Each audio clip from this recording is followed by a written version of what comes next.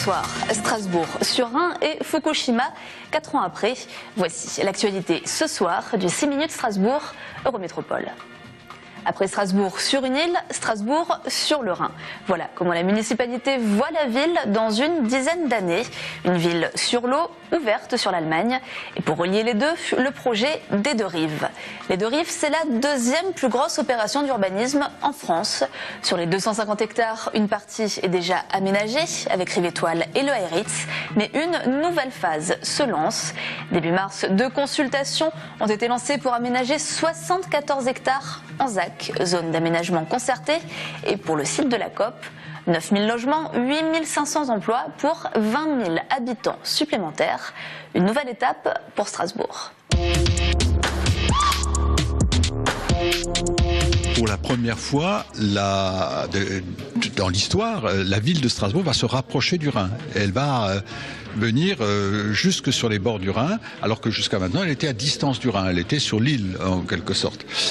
Mon objectif est de faire en sorte que le plus vite possible, on ait la jonction, en quelque sorte, entre la ville de Strasbourg et la ville de Kehl, et que le Rhin, qui n'est plus une frontière aujourd'hui, devienne le fleuve traversant de cette agglomération transfrontalière. C'est ça l'objectif final. Au cœur du projet des Deux Rives, le site de l'ancienne COP, 8 hectares de friche industrielle à réinventer. La ville devrait avoir les clés du lieu avant l'été.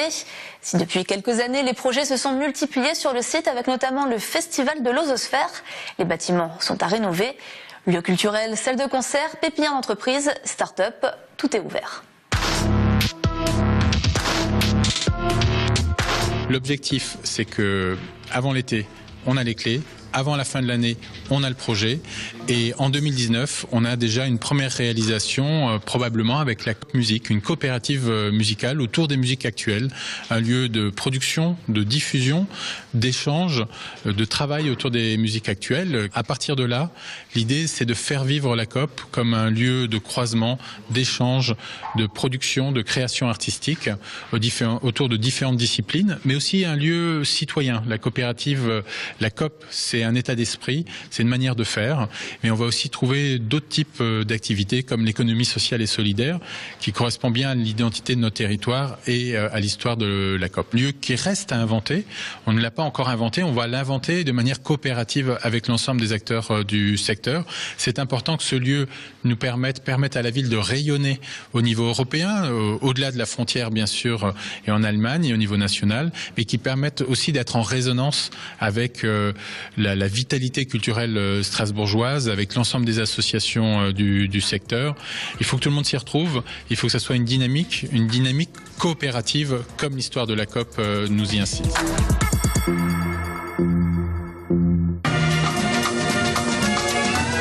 Il y a 4 ans, jour pour jour, sur la côte est du Japon, un tsunami ravageait la centrale nucléaire de Fukushima. 3 des 6 réacteurs de la centrale entrent en fusion. Aujourd'hui, des milliers de personnes travaillent toujours à l'assainissement du site. Et la question de l'eau contaminée reste cruciale. C'est pour rappeler ces questions et se recueillir en solidarité avec les victimes que les eurodéputés du groupe des Verts de plusieurs pays se sont rassemblés ce matin sur le pont de l'abattoir à Strasbourg.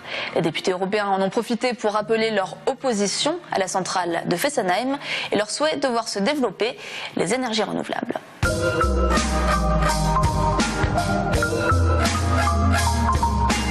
4 ans après, on est incapable de gérer cet accident de Fukushima.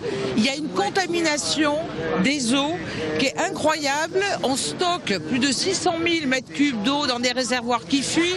On a une nappe phréatique qui est contaminée et tous ces radioéléments passent au niveau de l'océan Pacifique en contaminant toute la chaîne alimentaire. Ce qu'on veut dire aux gens, c'est que si on continue dans le nucléaire, on aura un Fukushima en Europe. En France, comme dans d'autres pays qui ont choisi le nucléaire.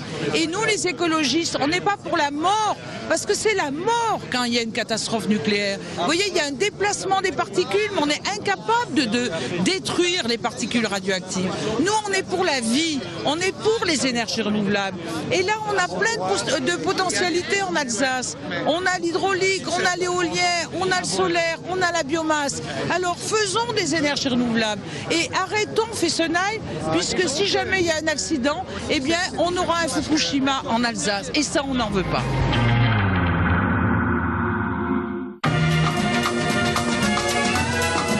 Eurométro sur Twitter. Salut.